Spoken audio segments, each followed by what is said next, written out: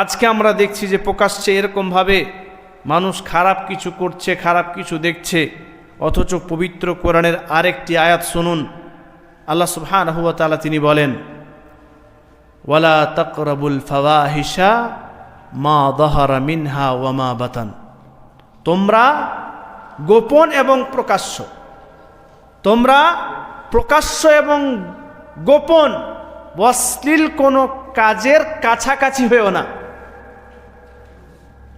আল্লাহ সুবহানাহু ওয়া তাআলা তিনি এখান থেকে আমাদেরকে সাবধান করে দিলেন যে যেটা অশ্লীল, যেটা বেহায়াপনা, যেটা নোংরামি, সেটা গোপনে হোক বা প্রকাশ্যে, সেটার কাছাকাছি হওয়া যাবে না।